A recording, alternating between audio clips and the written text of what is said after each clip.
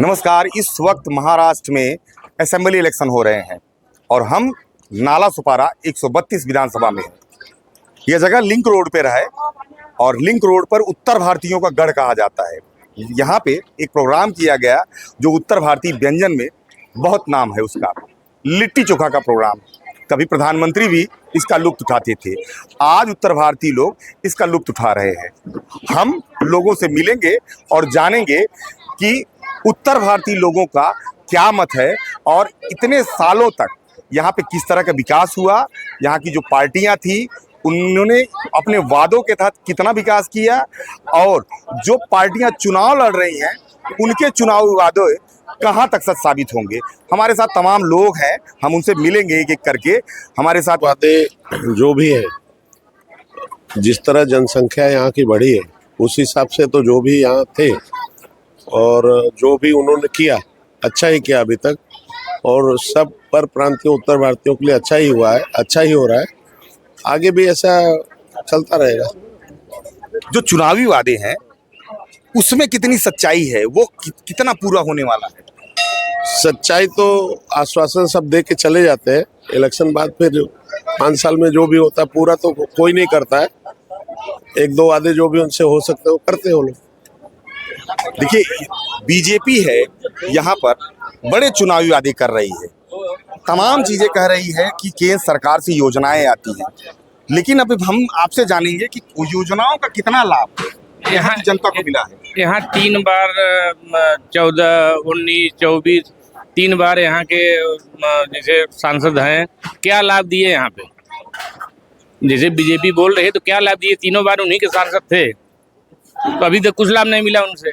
तो आगे क्या होगा? अब तो कम से कम यहाँ बहुजन विकास है, उसके साथ सब चल रहे हैं, तो वही अच्छा है ना। महाराष्ट्र में राज्य सरकारों ने तमाम योजनाएं लाई। योजनाओं के तहत जो सबसे मुख्य योजना थी वो लाडली बहन योजना थी। अब इसमें जानकारी की बात यह है कि जो उत्तर भारतीय हैं उसमें से कितने उत्तर भारतीयों को लाडली बहन योजना का लाभ मिला है, ये बहुत जरूरी बात है। आप भाई साहब यूपी से हैं? जी जी जी, यूपी से। आपके परिवार में लाडली बहन योजना का कितने लोगों को लाभ मिला है? यहाँ पे तो नहीं मिला है, गांव में मिला है। उत्तर प्रदेश में ये योजना नहीं है? नहीं नहीं नहीं। हाँ। किस योजना की बात? लाडली बहन? हाँ हाँ, लाडली बहन की हमारी बहन को मिला है। हाँ। नहीं, और परिवार में कितनी महिलाएं हैं आपकी? हमारे परिवार में 2 महिलाएं हैं। हाँ, दोनों- एक लोग को मिला? हाँ, दोनों जन को मिला। एक ही लोग को मिला है? हाँ, एक जन को। आपके परिवार में कितने लोगों को मिला है? सर, ये लाडली बहना वाला जो कार्यक्रम जो लॉन्च हुआ है, ये तो देखिए इसमें जो है कि विशेषकर जो है उत्तर भारतीयों को तो कोई लाभ नहीं मिला है। बिकॉज यहाँ पे इतना बड़ा कॉम्प्लेक्सिटी है, इतनी बड़ी कॉम्प्लेक्सिटी है कि उनके आधार कार्ड इकट्ठा करो तो अब वोटर आईडी गायब है, राशन कार्ड है ही नहीं है, तो इसमें एलिजिबिलिटी फिट ही नहीं होती है जहाँ तक बोला जाए। तो ये जो प्रोग्राम है, ये प्रोग्राम कहीं ना कहीं फेल है, इसमें कोई ये नहीं है। बट आज जो हम अपने क्षेत्र की बात करें, 132 विधानसभा की यदि हम बात करें, तो यहाँ पे जो हमारी तो नहीं बोल सकता हूँ, जो मैं तो एक आम नागरिक हूँ, बट यहाँ जो हमारा एक भाई बाप जो भी बोल रहे हैं, वो एक पार्टी है जो हमारे माननीय श्री हितेंद्र ठाकुर जी का जो है वो यहाँ पे जो भाईचारे की भावना है, हर किसी को चलने की जो प्राथमिकता है, बहुजन विकास आघाड़ी का मेन मकसद है। बहुजन का मीनिंग ही हो गया कि हर एक लोअर तबके से लेकर के टॉप लेवल तक का मैनेज करना, सब छोटे लेवल पे जो भी फैसिलिटी हो उसको उनको मिलना। जो ये उनका ध्यान देने वाली जो पार्टी है उसकी यदि मैं बात करूं तो इज द टॉप। तो उनका जो है कि जो भी कार्यक्रम है यहाँ पे, हमारे जैसे इलेक्ट्रिसिटी हो गई, कैनाल सिस्टम हो गया, मॉस्किटो अरेंजमेंट हो गया, इस पे जो दवा की छिड़काव है, यहाँ की जो भी व्यवस्थाएं हैं जो सुचारू रूप से चलाई जा रही है, पानी से लेकर के सब कुछ वो मैनेज किया जा रहा है। हमारे यहाँ के लोकल नगर सेवक जो भी हैं और हमारे एमएलए जो भी हैं, जो भी उनके अपने असेंबली से जो भी पॉइंट्स खींच करके हमारे तरफ लाके हमें देते हैं, उसका लाभ मिलता है। हम उनको सपोर्ट करना चाहेंगे। आप बताइए कि आपके परिवार में लाडली बहन योजना, जो वृद्धा पेंशन है, या सरकार ने जो योजनाएं लाई उसमें से कौन कौन सी योजनाओं को लाभ आपको मिला है? लाडली बहना का योजना लाए हैं, यहाँ पे दिए हैं लोगों को, लेकिन मैं सरकार से बोलता हूँ उनको, हमारी बहनों को अपंग मत कीजिए। वो पढ़ी लिखी हैं, सक्षम हैं, उनको बिजनेस के लिए पैसा दीजिए। 1500 दे के उनको अपंग मत कीजिए। और वो भी इलेक्शन के बाद बंद हो जाएगा, क्योंकि उनको मालूम है कि ये इलेक्शन हम जीतेंगे नहीं तो हम मिलेगा नहीं फिर से। तो उनको अपंग मत कीजिए प्लीज़, मेरा ये रिक्वेस्ट है। ये जो इलाका है नाला सुपारा 132 उत्तर भारतीय का बाहुल्य इलाका है। तमाम लोग उत्तर भारतीय यहाँ पे रहते हैं, बड़े पदों पे हैं, बड़े कारोबारी हैं और नेता भी हैं। लेकिन बीजेपी के जो कैंडिडेट हैं उनके चुनाव प्रचार में तमाम बाहर से उत्तर भारतीय नेता अब इस विधानसभा नाला सुपारा और वसई विधानसभा में प्रचार के लिए आ रहे हैं।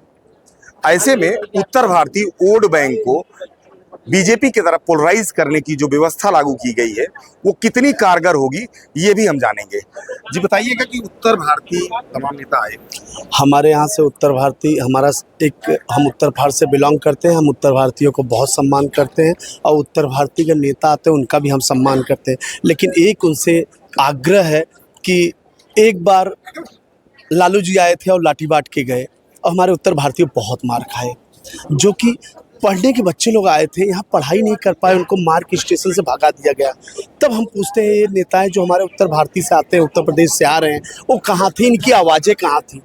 हम उनसे रिक्वेस्ट कर रहे हैं ऐसा मत करो, हम लोग यहाँ खाते पीते हैं, यहाँ हैं और वो हमारी उत्तर प्रदेश हमारी माँ है, ये मौसी है और हम यहाँ कमाने खाने आए हैं, हमको कमाने खाने दीजिए। और बहुत हालांकि लगा इलेक्शन का माहौल जो है, बहुजन विकास अघाड़ी एक हमारा यहाँ का परिवार है। इतना दंगा हुआ, इतना फसाद हुआ, इतना लोग मारे गए, लेकिन वसई तालुका में पालघर जिले में कोई दंगा नहीं हुआ, जो कि नेतृत्व हमारे हितेंद्र ठाकुर जी कर रहे हैं। ऐसे में देखिए केंद्र सरकार तमाम योजनाएं लाई, लेकिन इस दौर में एक घटना घटी है जो किसी मीडिया कवरेज में नहीं दिखा। वो घटना थी महंगाई का सबसे लार्ज स्केल। 2 दिन पहले स्ट्राइक रेट जो महंगाई का है वो 6.21 पहुंच गया, जो इस साल का सबसे उच्चतम स्तर था। तो ऐसे में महिलाओं को परिवार चलाने के लिए जो जिम्मेदारियां मिली हैं, जो खर्च मिले हैं, उसमें कैसे अपने परिवार को चलाती हैं और खुदरा बाजार में जो सामान महंगे हो गए हैं ये जानना जरूरी है। हमारे साथ एक महिला है, मुझसे जानेंगे कि वो अपने रसोई को किस तरह से मेंटेन करती है। जी बताइए कि महंगाई बढ़ गई है तो उस पर आपका क्या कहना है? महंगाई बढ़ गई है, ये हमारे लिए बहुत तकलीफ की बात हो गई है, क्योंकि आज रसोई को मैनेज करना बहुत ही मुश्किल हो रहा है। प्याज का रेट, कांदे लहसुन का रेट और मसालों का रेट, क्योंकि रोज़ मगजमारी की ज़िंदगी में लहसुन, कांदा और बटाटा ये सब चीज़ों का मेन रोल होता है कि इसके बिना एक गरीब भी का भी खाना पूरा नहीं होता है। और जिस हिसाब से रेट बढ़ी है, आप सोचिए कि एक मिडिल क्लास कैसे चलेगा। और इतनी तकलीफ़ें होती कि कम से कम पहले के महंगाई के तुलना में भी हम लोग देख रहे हैं कि अगर 500 रुपये भी आज हम चेंज कराते हैं तो पता नहीं चलता कि कब ख़त्म हो गया, और सब्जियां भी हमारी उस हिसाब से पूरी नहीं हो पाती किचन की। महाराष्ट्र सरकार ने एक लाडली बहना योजना चलाया। नाला सुपारा विधानसभा में उसके करीबन 68,000 लाभार्थी महिलाएं हुई, लेकिन महिलाओं की संख्या बहुत ज़्यादा है। हमारे साथ जो महिला है इनसे पूछेंगे कि ये लाभार्थी थी, इनके परिचित में कितने लोग हुए, कितने लोगों ने फॉर्म भरा, हम थोड़ी ये भी जानकारी हासिल करेंगे। जी मैं आज के डेट में यही पूछना चाहती हूँ सरकार से कि 1500 रुपये दे के वो क्या बताना चाहती हैं। क्या 1500 रुपये में हमारा किचन चल जाएगा? जिस हिसाब से आलू कांदे का रेट है, अगर हम 5 किलो कांदा लेके आए ना तो वो 1000 रुपये का हो जाता है। लहसुन का रेट जैसे 400 रुपये है, तो अगर हम 2 किलो लहसुन लाए और महीने भर में अगर 2 किलो लहसुन हमारा लगता है तो वो 1000 रुपये का कॉस्ट में पड़ता है। तो किस हिसाब से सरकार हम लोगों को 1500 रुपये दे के क्या बताना चाह रही है कि वो हमारा घर चला रहे हैं? और ये छोटे मोटे फायदे से हम ये नहीं कहेंगे कि हमको ये सरकार चाहिए। 1500 रुपये में ना ही किसी का कल गुजारा हुआ था, ना ही गुजारा आज होने वाला है। यहाँ तक कि सरकार क्या बताना चाहती है, और सरकार को तभी क्यों याद आती है हम बहनों की कि जब इलेक्शन होता है और ये फायदा अभी दे रही है। क्या इसका है कि कंटिन्यूटी ये बनी रहेगी और इस फायदे से हमें क्या हमारे घर मजबूत हो पाएगा, लाइफ टाइम मिलेगा, इसकी सरकार गारंटी लेती है क्या? और इस जो ये रकम है 1500, ये बहुत ज़्यादा रकम नहीं है, इससे महिलाओं को कुछ नहीं होने वाला है। मैं चाहूँगी कि महिलाओं को जागरूकता के अभियान से जोड़े, उनको आगे का काम मिले, उनको ऐसी एक मार्केटिंग मिले, जहाँ पे वो अपने बिजनेस को डेवलप कर सके, खुद कमा सके, खुद अर्न कर सके। मुझे नहीं लगता कि ऐसे प्लान से किसी भी महिला का कुछ हो सकता है। हाँ, थोड़ी देर के लिए एक फ़ायदा नुकसान देखा जा सकता है, आगे चल के मुझे इसका कोई भी फ़ायदा नहीं दिख रहा। इलेक्शन है, तमाम बुद्धिजीवी लोग हैं, अब वो वोटर भी हैं, और वो वोटर किस मत में देंगे, उसका क्या मत का जो निर्णय होगा वो किस पार्टी को पड़ेगा, ये भी एक सवाल है। साथ में जो टीचर्स हैं, जो एमएलसी के इलेक्शन में विधान परिषद में पार्टिसिपेट करते हैं, एमएलसी कैंडिडेट को जिताते हैं, और यहाँ पे पिछले 10 सालों से बीजेपी का एमएलसी कैंडिडेट रहा है। तो हमारे साथ एक है, और उत्तर भारतीयों के लिए सरकारों ने कितना अच्छा किया, ये भी जानने की बहुत जरूरी है। जी नमस्कार, तो बताइए उत्तर भारतीयों के लिए क्या क्या किया सरकारों ने, और अभी क्या कंडीशन है यहाँ पे विकास के दायरे में? विकास के दायरे में जो हमारी विरार बसई महानगर पालिका है, यहाँ उत्तर भारतीयों के लिए जो हमारी स्थानीय पार्टी है, क्षेत्रीय पार्टी बहुजन विकास अघाड़ी, इसने अवसर दिया है। भले इसके पास उद्योग धंधे नहीं है, क्योंकि सरकार में रहते नहीं, तो हमको काम करना हमारा काम था, और हमको अवसर प्रदान करने का काम हमारे लोक नेता हितेंद्र ठाकुर जी ने दिया है। और जो गौरव उत्तर भारतीयों को नाला सोपारा बसई विरार में मिला है, वो गौरव हमको मुंबई में भी नहीं मिला। जब हमारे झोपड़े तोड़े जा रहे थे, अप्पा पाढ़ा आदि क्षेत्रों में हमारे बच्चे मारे गए, थाना दादर, तब हमारा साथ देने के लिए कोई नहीं आया।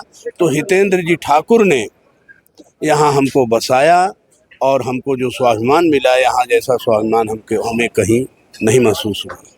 जो यूपी से पॉलिटिशियंस आ रहे हैं, जैसे राजनाथ सिंह आ रहे हैं, इसके पहले राज्यसभा सांसद थे, मनोज तिवारी थे, रवि किशन थे, तमाम लोग यहाँ पे आ रहे हैं।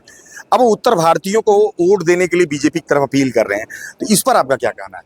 मनोज तिवारी हो, चाहे रवि किशन हो, चाहे राजनाथ हो, या XYZ कोई हो, उनको पहले अपने दामन में झांकना चाहिए। उनसे प्रश्न पूछा जाना चाहिए कि बिहार और उत्तर प्रदेश के लोग आखिर यहाँ आए क्यों। इसका जवाब वो क्यों नहीं देते कि यहाँ आए क्यों। यहाँ आकर के विभेद, राजनीति, बटोगे कटोगे, कौन बांट रहा है, कौन काट रहा है। हमारे सनातन का मूल है सर्वे भवन्तु सुखिनः सर्वे सन्तु निरामया।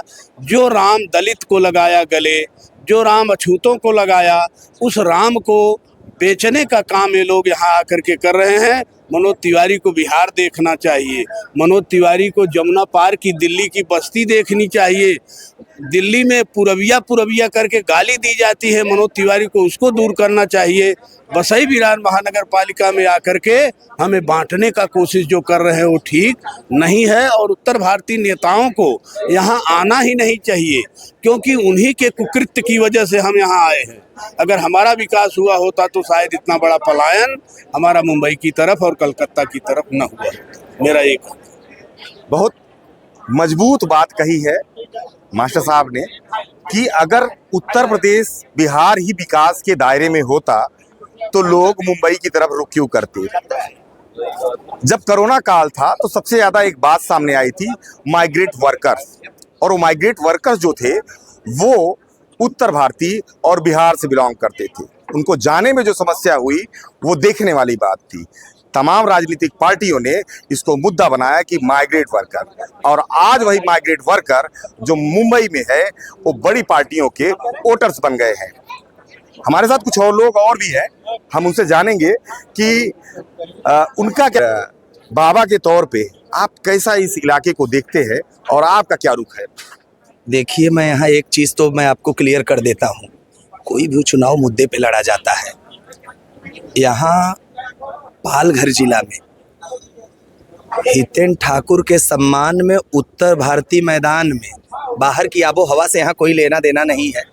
ये हमारी एक छोटी सी पार्टी है और पारिवारिक पार्टी है। तो यहाँ जो आप देख रहे हो ना, आओ भगत बाहर से लोग आ रहे हैं, उनको यहाँ की जनता की भावनाओं से कोई लेवा देवा है ही नहीं। उनको मालूम ही नहीं क्या हो रहा है। यहाँ बड़ा सुख, चैन, शांति और आराम से उत्तर भारतीय अपना जीवन व्यतीत कर रहे हैं। हमारे नेताओं को भी चाहिए कि यहाँ आके दखल अंदाजी न करें। हमारे दिल में रहते पूज्य योगी आदित्यनाथ, जब हम गाँव जाते हैं तो उनका सम्मान करते हैं। और इकलौती हमारी पार्टी है बहुजन विकास अघाड़ी, जो उत्तर प्रदेश से जो भी लीडर आते हैं, चाहे बीजेपी को हो, उनका भी बहुजन विकास आघाड़ी सत्कार करती है, सपा के हो उनका भी करती है, बहुजन के हो उनका भी करती है, बसपा के हो उनका भी, कोई भी आए बाहर से हम लोग बाहें फैला के उनका स्वागत करते हैं। बात समझ रहे हैं? लेकिन पालघर की आबो हवा पे अधिकार सिर्फ लोक नेता माननीय हितेन ठाकुर का है, बहुजन विकास आघाड़ी परिवार का है। बाहर के लोगों से कोई लेवा देवा नहीं। आए घूमे टहरे, अभी हमारी बहन आई थी सीमा द्विवेदी ने पूरा चिट्ठा खोल के रख दिया, करे मैं तो आई थी 10 साल पहले, यहाँ कुछ नहीं था, आज कितना विकास है। बीजेपी के मन से उन्होंने कहा, करे बाप रे बाप, कितना सुंदर रोड, कितनी बिल्डिंग, कितना लाइट, कितनी व्यवस्था। तो ये ताकत है हमारे लोक नेता माननीय हितेन ठाकुर की, हमारे परिवार की। आज आप जिस विधानसभा में खड़े हो, यहाँ के लोकप्रिय उम्मीदवार क्षितिज ठाकुर, आप पता कर लीजिए, एक बुद्धिजीवी, शिक्षित, जिनको मालूम है कि क्या करना है समाज के लिए, परिवार के लिए, राजनीति के लिए। इतना विकास, रोज विकास घर घर पैदा हो रहे हैं यहाँ वसई नाला सुपारा विरार में। विकास पैदा नहीं होते तो आज 3 लाख से 40 लाख पहुँच गई है आबादी। अगर कुछ होता नहीं तो यहाँ लोग आते क्यों? 30 साल से तो मैं भी यहाँ हूँ, बिल्कुल सुख चैन आराम से, कोई लेवा देवा नहीं है। एक बड़ा सवाल ये है कि 2 दिन बाद नालासोपारा विधानसभा में रैली होगी और भगवा आप भी पहने हैं, भगवा वो भी पहनते हैं, राम का नाम आप भी जप रहे हैं, राम का नाम वो भी जपेंगे। जब वो अपील करेंगे वोट दीजिए बीजेपी को, तब आपका रुख क्या होगा? देखिए, वो अपील करेंगे, वो एक पार्टी का प्रोटोकॉल है, उनका अपील करना उनके पार्टी के हाथ में है, वो करेंगे, स्वाभाविक है, उनको करना भी चाहिए। लेकिन यहाँ क्या करना है, मैंने आपको पहले ही क्लियर कर दिया कि पालघर की राजनीति में, पालघर की आबो हवा में बाहरी हवा घुस ही नहीं सकती ना। वो पार्टी का प्रोटोकॉल है, बाबा जी आए, अपना कहें, सुने जाएं, कोई दिक्कत नहीं है। क्योंकि देखिए, आज पार्टी बेसिस पे चुनाव नहीं हो रहा है, आज कैंडिडेट बेसिस पे चुनाव हो रहा है। कैंडिडेट कौन है? कैंडिडेट कौन है? कैंडिडेट यहाँ के जो भी, और हम क्यों बीजेपी की बात कर रहे हैं, हम राष्ट्रवादी की बात करें, शिवसेना की बात करें, मनसे की बात करें, तमाम लोग तो और भी तो लड़ रहे हैं। लड़ाई उनसे ही क्यों हमको जोड़ा जा रहा है? कोई निराधार तथ्य विहीन बातें हैं, कोई मुद्दा ही नहीं विपक्ष के पास, क्योंकि उन्होंने कुछ किया ही नहीं ना। चुनाव में तो दिखते हैं। अरे 5 साल में बाबा एक ही बार आते हैं ना, या मनोज जी एक बार आते, सीमा जी एक ही बार आई ना, या रवि किशन जी एक ही बार आए। उनको नालासोपारा की जनता की जो भावनाएं हैं, या वसई विरार महानगर पालिका के जितने सारे लोग यहाँ उत्तर भारतीय रहते हैं, उनकी जो भावनाएं हैं, उस भावना से जो लोग आते हैं वो वाकिफ हैं क्या? उनको कुछ मालूमात है क्या? खाली आए, हाथ हिलाए, हाय बाय बाय, कौन हो तुम, हु आर यू? मैं नहीं जानता, मैं यहाँ जानता हूँ, जिनके संरक्षण में जे प्रतिपाल हितेई नरेशु, जहाँ बसत सुंदर देशु, यहाँ के राजा हैं हितेन ठाकुर जी, जिनके नेतृत्व में यहाँ काम होता है। यहाँ जाति व्यवस्था है नहीं, यहाँ उत्तर प्रदेश से हम खाली उत्तर भारतीय हैं, यहाँ खाली बहुजन विकास आघाड़ी परिवार के साथ में हम ही नहीं, जितने भी लोग थे। आज उत्तर भारतीय सम्मेलन था, यहाँ पे एक बाटी चौका पे एक चर्चा थी कि क्या किया जाए, क्या रणनीति बनाई जाए। घर घर घूम के प्रचार करते हैं बाबा जी हमारे। ये विधानसभा नालासोपारा 132 में बड़ी बातें हैं, तमाम पार्टियां चुनाव लड़ रही हैं, निर्दलीय हैं, कुछ राजनीतिक दल से हैं, लेकिन उत्तर भारतीयों का जो रुख है वो किसकी तरफ होगा? वो क्या सोचता है? वो विकास के किस दायरे को मानता है कि मैं इस पार्टी को जिताऊंगा और ये पार्टी हमारे उस विकास के दायरे को लाएगी, और उनका रुख क्या है? बताइए कि आप उत्तर भारतीय हैं, सालों से रह रहे हैं, तो क्या सोचते हैं कि अब चुनाव के वक्त में कैसे किसको वोट दिया जाए? बीजेपी हमेशा कहती है कि उत्तर भारतीयों के साथ हम हैं, बहुजन विकास आघाड़ी कहती है हम उत्तर भारतीयों के साथ में हैं, एक प्रहार शक्ति पार्टी है, उनके बोलते हैं कि धनंजय गावड़े कैंडिडेट हैं, वो बोलते हैं कि हम उत्तर भारतीयों के साथ में हैं। कांग्रेस के कैंडिडेट संदीप पांडे उत्तर भारतीय ही है। ऐसे में आपका सोचना क्या है? देखिए, मेरा सोचना यही है, सबसे पहले मैं आपको प्रणाम करता हूँ, भारत के चौथे स्तंभ, जिसकी वजह से ये सारा प्रचार प्रसार होता है और हमारी आम आदमी की बातें ऊपर तक जाती हैं और पूरे देश विदेश में भी फैलती है, इसलिए आपको सत सत प्रणाम है। दूसरी बात ये है कि जो आपका क्वेश्चन है, ये आप उत्तर भारतीय कर रहे हैं, ये जो उत्तर भारत है, ये आपको नहीं लगता कि पूरा उत्तर भारत की आधी आबादी नालासोपारा वसई विरार में है, तो सभी उत्तर भारतीयों से ही उम्मीद करेंगे।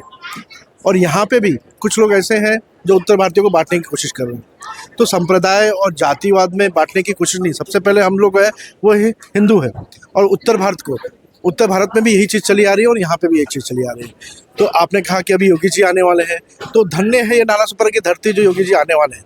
और बहुजन विकास आघाड़ी के अप्पा जी जिनके आपस में बोलने के लिए योगी जी आ रहे हैं, वो बोलेंगे, अपनी बात रखेंगे और जाएंगे, ठीक है। लेकिन हम उनका दिल में है हमारे और रहेंगे। लेकिन यहाँ पे हमको जहाँ पे संरक्षण मिला है, यूपी में योगी जी ने हमारे लिए जो कार्य किया है संरक्षण के तौर पे, हम पहले की सत्ता में जैसे थे और अभी इस सत्ता में जिस तरह से है, 35 साल से लगातार 35 साल से हम जिनके संरक्षण में है, जिनकी वजह से हम लोगों का व्यापार, व्यवसाय और सारी चीज़ें बढ़े हैं, पढ़ाई लिखाई भी हमारी यही सब कुछ हुई है। तो जिस तरह से हम लोग बढ़कर आए हैं, उत्तर भारत एक छोटा उत्तर भारत, मिनी उत्तर भारत यहाँ पे भी बस गया है और वो उत्तर भारत ही पूरी तरह से मुंबई में फल फूल रहा है, वो अप्पा जी के शरण में फल फूल रहा है। तो अप्पा जी ने हम सभी को न कि बंटवारे में रखा है, अपने बराबरी रखा है। हमको कभी भी ज़रूरत होती है तो योगी जी के पास जाना है या कहीं भी मुंबई में किसी भी नेता के पास जाना है, तो एक प्रोटोकॉल होता है, वो प्रोटोकॉल को फॉलो करके जाना पड़ता है। लेकिन यहाँ कोई प्रोटोकॉल नहीं है। हमने रात को 2 बजे भी अगर दरवाजा खटखटाया उनका या एक फ़ोन किया तो उनके लोग और वो खुद हमारे बीच में उपस्थित होते हैं। तो हमें ये ऐसा नेता चाहिए और इसलिए हम सभी लोग उनके साथ हैं। चुनाव उम्मीदवार का नहीं होता, चुनाव जो है मतदाता का होता है। मतदाता ही वो शख्स है जो अपने मत से उम्मीदवार को बनाता है और उस इलाके का वो प्रतिनिधि बनता है। उम्मीदवार प्रचार करता है, उम्मीदवार अपनी बात रखता है, अपने वादे रखता है और तमाम चीज़ें उम्मीदवार कहता है। लेकिन एक्चुअल में मतदाता ही वो शख्स है जो उम्मीदवार को निर्वाचित करता है और इस लायक बनाता है कि अपने मतदाताओं के तमाम जो वादे हैं वो पूरे करे।